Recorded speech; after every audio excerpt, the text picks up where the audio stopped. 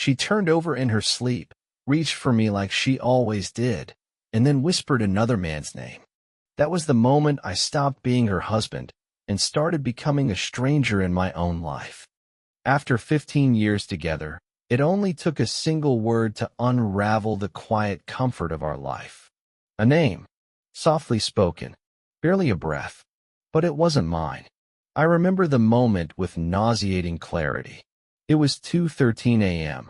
I'd woken up to the rustle of sheets, the way she murmured sometimes in her sleep. I rolled over to pull the blanket back up over her shoulder. Then I heard it, a whisper, not a mumble. Ben. She exhaled after saying it like it gave her peace. My name is not Ben. At first, I just lay there, frozen. I didn't say anything, didn't even breathe. My mind flicked through explanations, a dream, a movie character, someone from work. But each possibility felt thinner than the last. Emily and I met in college. Fell in love in a dorm kitchen over instant noodles and mutual insomnia. We married 4 years later, settled into a quiet life in a sleepy coastal suburb.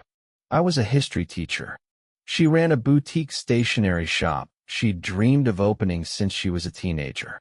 We were one of those couples you forget to think about, the ones who seemed solid, quiet, uneventful. Boring, probably. But boredom has teeth, I've learned. And silence can hold secrets so well. I didn't confront her that morning. I got up like usual, made the coffee, fed the cat. She came downstairs wearing my hoodie, hair messy, face soft with sleep. Kissed my cheek like she always did. I watched her more closely that day. How her hand lingered on her phone screen a moment too long. How she stepped into the backyard to take a call. How she avoided eye contact when I asked what her plans were for the weekend. Same as always, she said. Maybe dinner with Claire. Or I might just work late. Claire. Her best friend. Though I hadn't seen them together in weeks. That night, I stayed up after she went to bed. I sat at the kitchen table staring at my hands, trying to reason with myself. Maybe she had just said a name. Random. Maybe my mind was turning nothing into something. But I knew better. You don't stay married 15 years and mistake the tone of a name whispered in longing. It wasn't random. It was intimate. And once you start looking for cracks, you see them everywhere. The next day, I tried something. I waited until she left for the shop. Then I called Claire. Her voice was chipper at first, surprised to hear from me. Hey, Will. Everything okay? Yeah. Just wondering. Emily said you two were meeting for dinner this weekend. Should I make other plans? There was a pause. Not long. Just long enough to sound like a lie. Oh, right. Yes. We're still figuring out where, though. I'll remind her. She was overcompensating. I could hear it in the pitch of her voice, the way she dragged her words. Claire had always been a terrible liar. I didn't push. Just thanked her and hung up. Then I sat there, phone in hand, and realized something I hadn't wanted to admit. This wasn't a bad dream. This was real. That night, I did something I'm not proud of. While she was brushing her teeth, I opened her laptop. I knew the password. I'd always known it. We never kept secrets. But that's the thing about betrayal. It makes you forget who you are. Her browser history was clean. Too clean. No social media. No shopping carts. Just the weather. A few recipes. Some design blog. The kind of sterile trail that felt curated. Then I opened her messages. Most were with Claire. A few from a supplier named Gina. But there was one thread, archived, with no name. Just a number. The messages were few. Sparse. Some deleted. But one was left. Ben, Sunday was perfect. Still thinking about you. No response. Nothing else. Just that. My hands were shaking when I closed the laptop. I wanted to wake her up. Demand answers. Scream. Cry. Anything. But instead, I crawled back into bed beside her like I hadn't just slipped into a different universe. She turned in her sleep and laid a hand on my chest. That same hand that had touched him, maybe, that had scrolled through messages, typed replies, pressed delete. I didn't sleep. The next morning, I watched her pour herself a cup of coffee. She didn't notice my stare. "We need more milk," she said. I nodded. "I'll grab some later." She smiled. "You're the best." And I felt like a man who'd stepped onto a frozen lake, just realizing the ice was cracking beneath him. Slowly, quietly, but definitely, because now I had a name. Ben. And I was going to find out who the hell he was. The thing no one tells you about betrayal is how quietly it starts to bloom. Not with slamming doors or lipstick on collars, but with subtler things. How she started leaving the porch light off when I worked late. How she no longer reached for my hand in the car. 1,000 tiny goodbyes whispered into the rhythm of everyday life. After I saw Ben's message, I stopped asking questions out loud. Instead, I started watching. Emily still kissed me goodnight. Still made grocery lists in her neat, looping cursive. But the texture of our life had changed. She hummed to herself more when she thought I wasn't listening, a low, wistful tune I didn't recognize. Her phone, once abandoned on kitchen counters, was suddenly always in her pocket. She turned off notifications. Set new passwords. The woman I had known for 15 years was fading, and I didn't know how long she'd been disappearing. Tuesday afternoon, I drove to her shop unannounced. It was a quiet day, gray and windless, and I parked across the street, watching from behind the smudged windshield. She stood inside at the register, talking to a man I'd never seen before. He leaned casually on the counter, laughing. Too familiar. His body language wasn't customer. It was personal. Intimate. I didn't get out of the car. Instead, I watched her smile at him. Not the polite customer service smile. The real one. The one I hadn't seen in weeks. She tilted her head when he spoke, her fingers absently brushing her necklace, the silver one I bought her for our 10th anniversary. The one she stopped wearing last month. Now it was back, like a placeholder for something else. When the man left, she didn't move for a moment. Just stood behind the counter, eyes unfocused, her hand still resting near her collarbone. I waited until her next shipment day to go inside. Wednesdays, the shop closed at noon for inventory, and she always did it alone. I knew the alarm code, still had my key. I stepped in with practiced quiet, almost expecting her to jump. But she didn't hear me. She was in the back room, whispering to someone on speaker. I froze in the narrow aisle between overpriced notebooks and novelty pins, my pulse thudding in my ears. "I know," she was saying. "I hate lying. It's just, he's not ready. You know how he is. Still leaves little notes in my coat pocket like we're 20. A pause. Then her laugh. Light. Distant. I hadn't heard that laugh in months. I stepped back before she could see me, slipping out the door with my breath caught in my throat. That night, I didn't speak. I watched her move around the kitchen like nothing had happened. She poured herself a glass of wine. Asked if I wanted to watch something. I nodded, sat beside her, and pretended to watch a documentary I couldn't follow. Halfway through, she leaned her head against my shoulder. Reflex. Habit. Her weight felt foreign. And yet, part of me still wanted to believe I was wrong. That maybe it wasn't what it looked like. That maybe I'd become the paranoid husband reading too much into coincidences. But then came the email.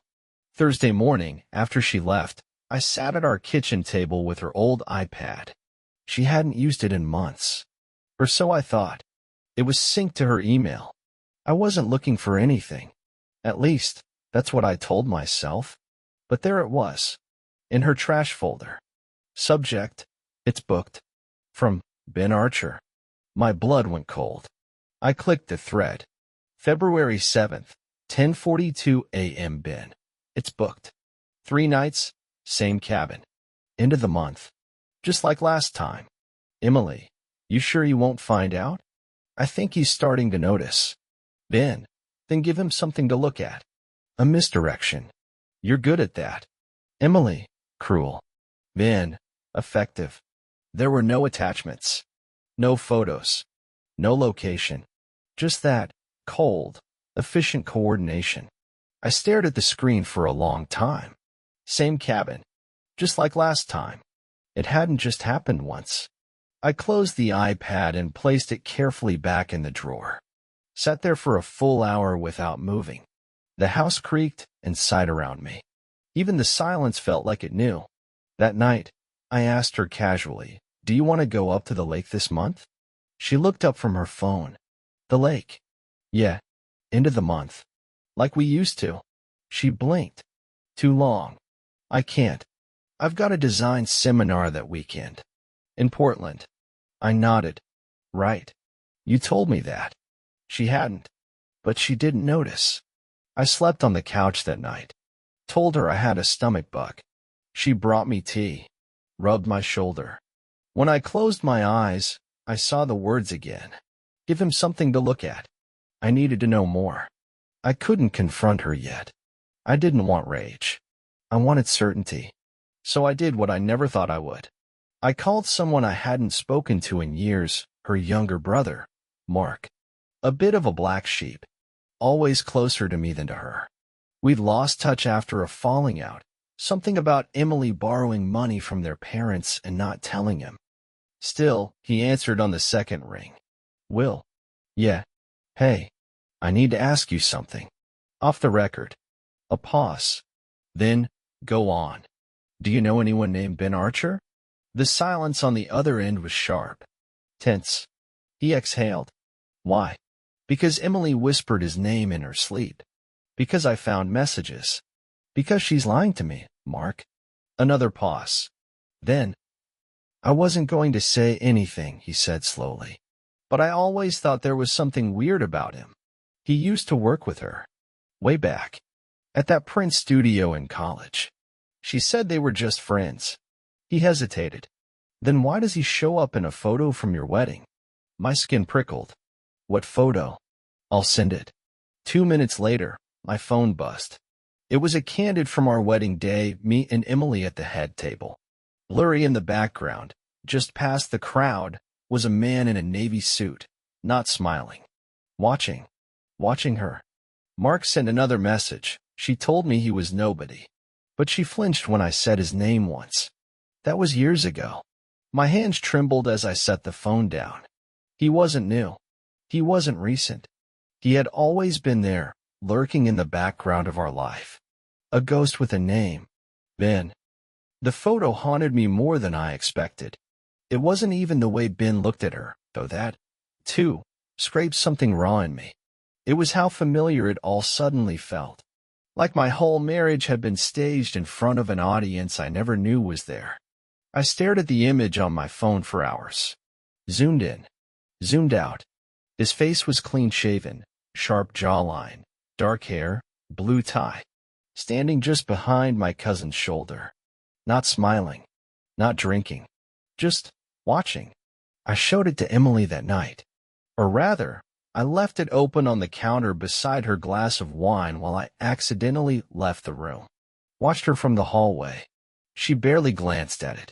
Then, after a pause, God, that picture again? You hate that one. You look stiff. I waited. She picked up the phone and hit the side button, darkening the screen. Can you grab the laundry basket? She called. I forgot it upstairs. That was it. No flicker of tension. No hesitation. No recognition. She'd buried him deep. Or maybe she'd become better at lying than I ever knew. I lay in bed that night staring at the ceiling, wondering how many years of our marriage had been real. I thought about our weekend rituals, our matching mugs, the time I stayed up all night painting her shop's walls that first summer because the painters bailed last minute. Was Ben already in her life then? Watching from the margins? I got my answer the next day. Or at least, a piece of it. I'd reached out to one of Emily's old coworkers from the print studio Mark had mentioned. Her name was Sarah. We'd met once at a dinner party. She always seemed sharp. Careful. The type who didn't say much unless she meant it. It took her 2 hours to call back. She spoke in a low voice, like she was in a place where she couldn't be overheard. You're calling about Ben. I didn't say anything. She continued. I was wondering when someone would. That caught me off guard. I asked, "What do you mean?" Sarah hesitated. I shouldn't be saying this. But back then, people talked. He was obsessed with her. Like, really obsessed. Always hanging around her desk. Bringing her things she didn't ask for. Sketching her face on his notepad when he thought no one saw. She laughed it off, but she stopped coming to work on certain days. Changed her shifts. Was it mutual? Not then, she said. I don't think so. But something changed. One day, she just stopped talking about him. And then 2 months later, she quit. 2 months. I did the math.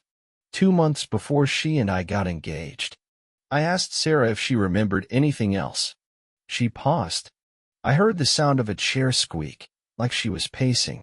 Ben showed up at the office once. After she left, just stood in the parking lot, staring up at the building. He looked broken. I went out to ask if he was okay. He asked if she'd said anything about him. I said no. He said she wouldn't. She always pretended I was invisible when it got too real. I swallowed hard. You said people talked. Why? Because after she left, someone found a notebook he left behind. It had her name written over and over. Doodles of their initials. Dates. Some were circled. I remember one, June 14th. No idea what it meant. But it was underlined 3 times. My skin prickled. June 14th was our anniversary. I ended the call and stared out the window, heart hammering in my chest. So this wasn't new. This wasn't some affair that sprung up out of boredom or midlife crisis. This was old. Rooted. Something long buried and quietly nurtured beneath the floorboards of our life. I went looking for confirmation. I didn't tell Emily I'd be late. I just drove out past the old office park where that print studio used to be. It was shuttered now, windows dark, a for lease sign swinging on rusted hooks. But nearby, tucked behind a row of overgrown hedges, was a cafe we used to visit during those early dating days. I hadn't thought of it in years. I walked inside. The barista was a young guy. Probably didn't work there back then. But when I asked about records, events, catering gigs, anything from 10, 15 years ago, he pointed to an old ledger stored in the back. Boss keeps everything, he said, shrugging. Don't ask me why. It took half an hour to find it. There it was, in faded ink. June 14th, 2011. Reserved table. E. Row. B. Archer. I stared at it like it would rewrite itself. Like the names would shift into something less familiar. They hadn't forgotten the date. They'd marked it. I copied the entry with trembling hands, took a photo, then drove home in silence. That night, I didn't speak to her. Didn't touch her. Just lay beside her in the dark, listening to her breathing, wondering how many versions of our anniversary she'd lived without me. But the final blow didn't come from Sarah or the ledger. It came from someone else entirely. The next morning, I got a letter. Real mail. Not email. Handwritten. No return address. Inside was a single photograph. Emily. Ben. Standing on the dock at Silver Pine Lake. She wore the same cardigan I'd once thought she lost. His arm wrapped around her waist. Her face tucked into his neck. Smiling. The date scrawled on the back in blue pen. October 12th. 2 weeks ago. There was no note. No threat. Just the photo. It felt like a message. Not from Ben. Not from her. But from someone else entirely. Someone watching. Someone who wanted me to know I wasn't crazy. And I wasn't alone. I didn't show her the photograph. Not at first. I hid it beneath the bathroom sink, folded between an old towel and a bottle of expired mouthwash. A strange place, but it felt right. Something about the way secrets like being buried close to the mundane, next to ordinary things. The way she had buried him inside our ordinary life. I didn't sleep that night. Again. Instead, I stared at the ceiling, trying to breathe around the weight on my chest. Emily stirred beside me, mumbled something unintelligible, and rolled onto her side. The same side she always claimed when we first moved in together. Back then she used to curl into me like she was afraid of losing me. Now, she didn't even flinch when I stayed rigid beside her. The next morning, I left early. I told her I had a meeting at the district office, a lie, but one she accepted too easily. I went to see Claire. I didn't tell her I was coming. Just showed up on her doorstep with the same quiet fury I'd been carrying for days. She opened the door in a robe, a toothbrush still in her mouth, and her expression froze when she saw me. "Will," she said through foam. "Everything okay?" I didn't answer. Just held up my phone with the wedding photo. The one with Ben watching from the edge. She went still. "Can I come in?" I asked. She stepped aside. Claire had always been the kind of person who claimed to hate drama, but seemed to orbit around it anyway. The type who offered advice you didn't ask for and pretended she wasn't listening when she was. But she'd also been Emily's best friend since high school. Maid of honor. Godmother to the niece we never had. I sat down on her couch. She sat across from me, now fully dressed, but visibly tense. "I know about him," I said. She didn't play dumb. Didn't even try. "How long?" I asked. Claire looked down at her lap. Her fingers tightened around the edge of her coffee mug. "A while," she said finally. "Define a while." She took a breath. "Since before you were married." The silence after that was cavernous. I stared at her, barely blinking. "You knew? This whole time?" "No," she said quickly. "Not the whole time. I didn't. I didn't know they were still in touch. I thought it ended years ago, before you two got serious. But it didn't." She shook her head. "I found messages," I said. "Emails. A photo. 2 weeks ago. Together at Silver Pine." Claire flinched. "I didn't know they'd met again," she said, voice quieter now. "I swear. She told me she cut him off for good years ago." I believed her. I didn't say anything. Just looked at her until she filled the space again. He wasn't just a fling, Will. He was her first real thing. High school into college. The whole tragic, intense first love thing. You know how she is. She throws herself in head first and then pretends it never happened. She told me they were coworkers. Claire gave a tired, almost bitter laugh. "That's true. After they broke up, she got him the job at the studio. Said she wanted to prove they could stay friends. But it didn't go that way. He got weird. Possessive. Obsessive. He stalked her," I said. She nodded. "And you knew all of this?" Her voice cracked then. "She made me promise not to tell you. Said it was over. Said she just wanted a fresh start." I believed her. We were in our 20s, Will. We were stupid. I stood up, blood pounding in my ears. "You let me marry her without telling me any of this?" Claire stood too, face hardening. "Would you have listened? You loved her. You still do. You would have called me jealous or dramatic. Everyone does." I didn't argue. I just walked out. But I didn't go home. I went to the cabin. Silver Pine Lake was 2 hours north. Isolated, private. A place we used to talk about visiting but never did. Emily always said it was too remote. No cell service. No distractions. Now I knew why she liked it. I arrived at dusk. The rental office was closed, but I waited. In the morning, I asked to see booking history. The woman behind the counter raised an eyebrow, but when I gave her the name Ben Archer and offered to pay for the printout, she didn't argue. There were 8 stays in the last 3 years. Always 3 nights. Always late in the month. 3 of them landed during weekends I remembered clearly, times Emily had claimed to be visiting her mother, attending work events, or dealing with migraines bad enough to need a dark room and silence. I drove back in silence, the folder of confirmations on the seat beside me. When I got home, she was in the kitchen, making soup. She turned when I walked in. "Hey, I thought you had a..." I placed the folder on the counter between us. Her voice trailed off. She didn't ask what it was. Didn't try to open it. Just stared at it like it might explode. When she finally spoke, it was barely a whisper. "You went to the lake." I didn't answer. She sat down, slowly, her hands shaking. It wasn't supposed to be like this, she said. Wasn't it? She looked up at me, eyes rimmed red. And for the first time, I saw something that wasn't guilt or fear. It was relief. She was done hiding.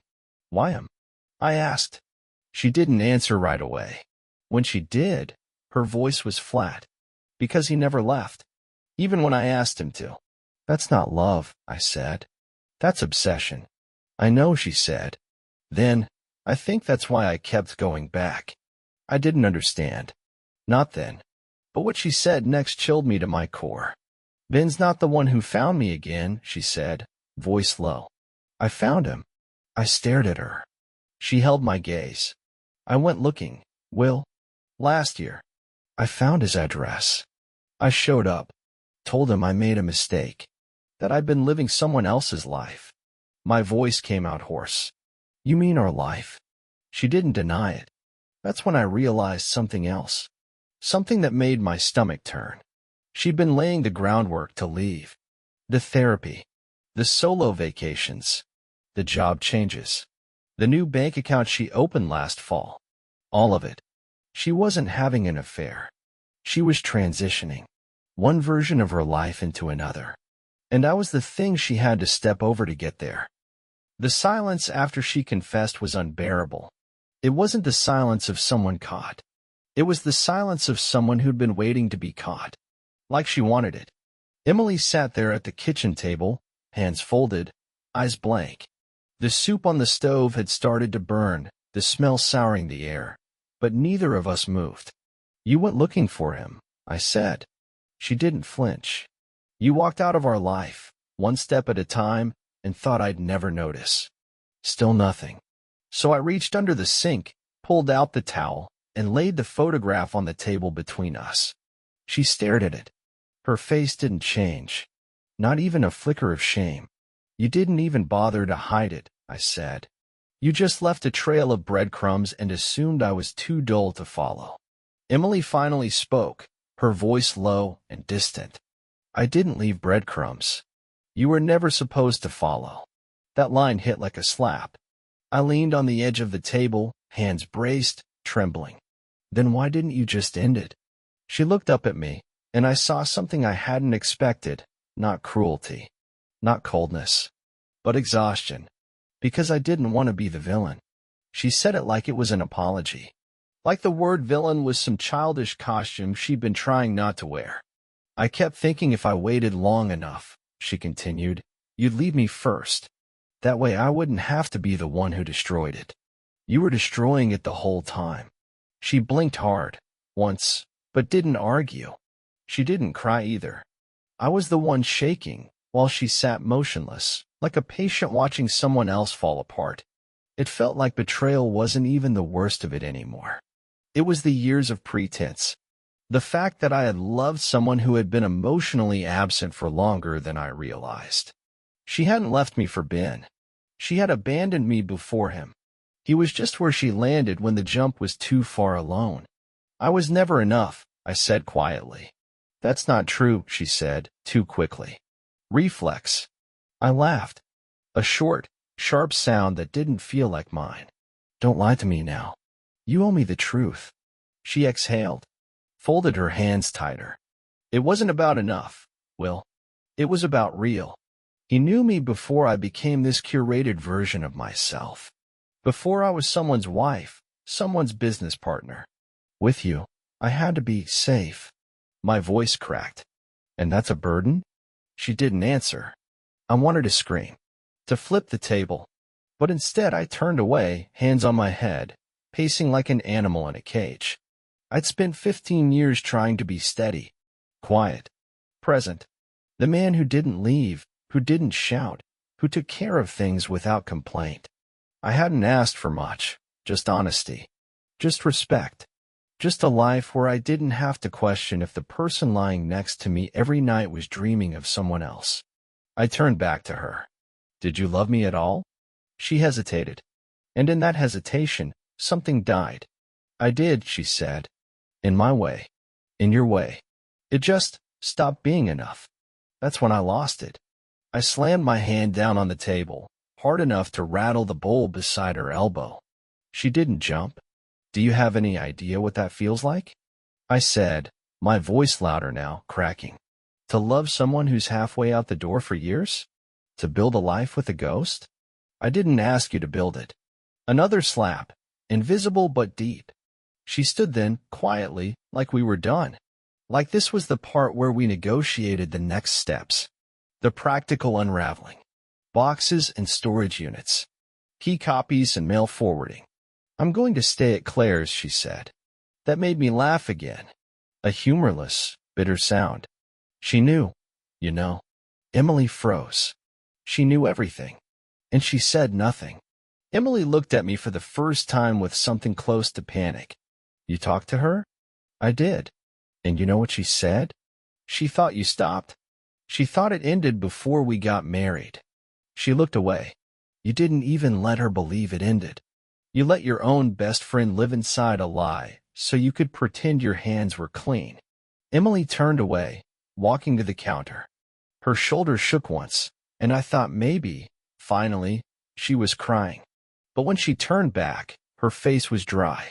I didn't want to blow up your life. My life. I hissed. This wasn't just mine. This was ours. She shook her head. No, Will. It was always yours. You wanted the house. The stability. The rhythm. I just moved along with it. Because you let me believe it was what you wanted. And I tried, she snapped. Her voice finally cracking. I tried to want it. For years. But I would lie in bed next to you and feel like I was disappearing. And I didn't know how to say it out loud without ruining you. I stared at her. So instead, you ruined us. There was nothing left to say. I left the house before she did. I didn't pack a bag. I didn't take my phone. I drove with no destination, no purpose, until I found myself in the church parking lot where we got married. It was empty. Dusty. The sign out front said fellowship canceled due to water damage.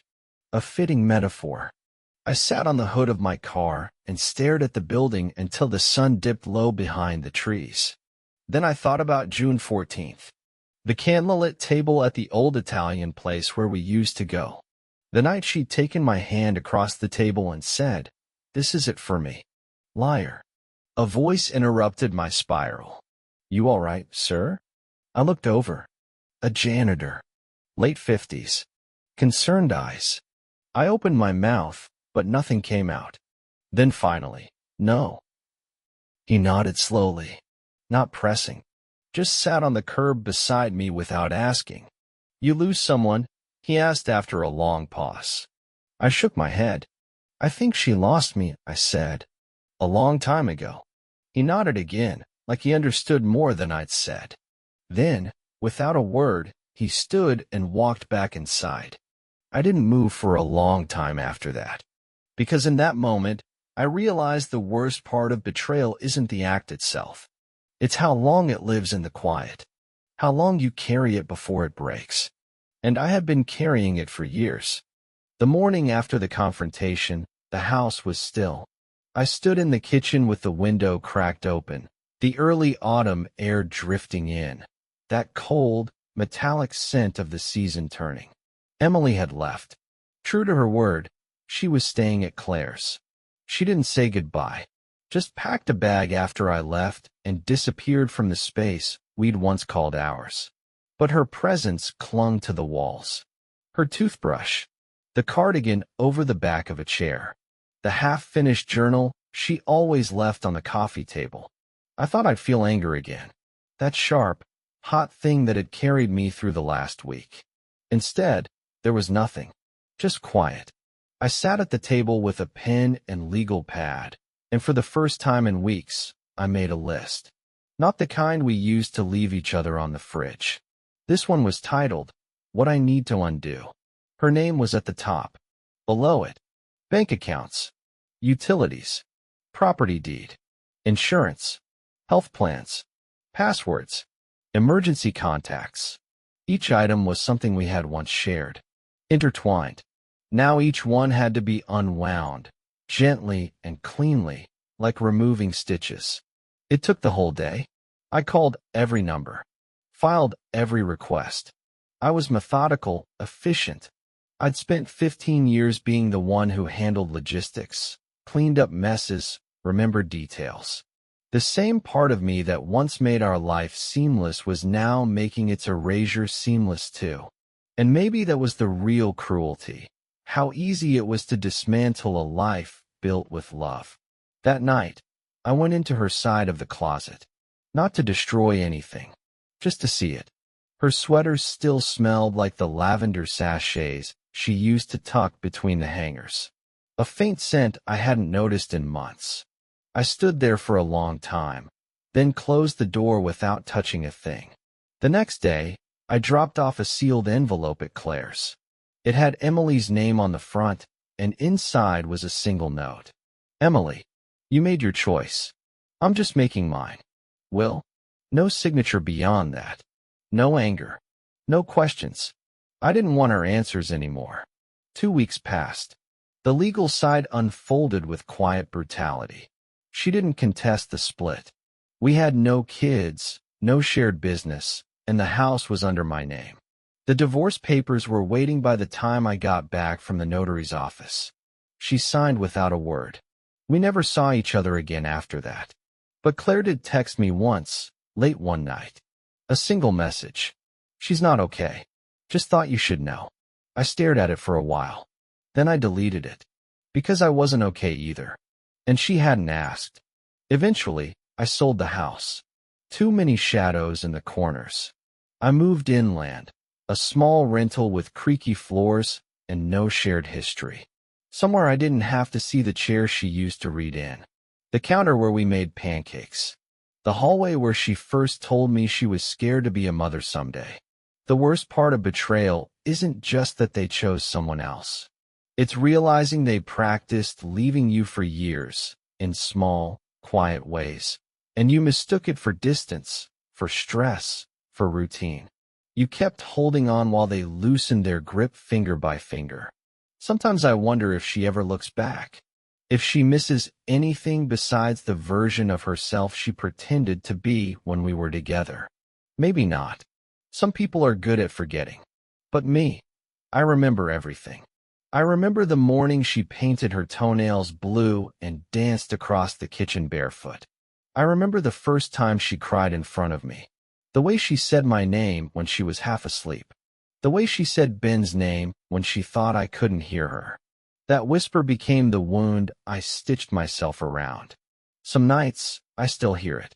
But then I get up, splash cold water on my face, and remind myself that the life I thought we had was only ever mine.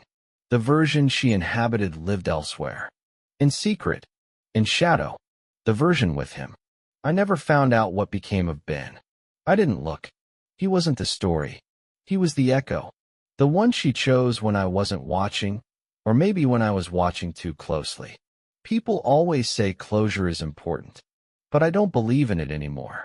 There is no door that seals clean. No perfect goodbye. There's only what we survive and what we carry. I carry the silence. The quiet Sunday mornings. The polite smiles from neighbors who never suspected. The photos we never took down.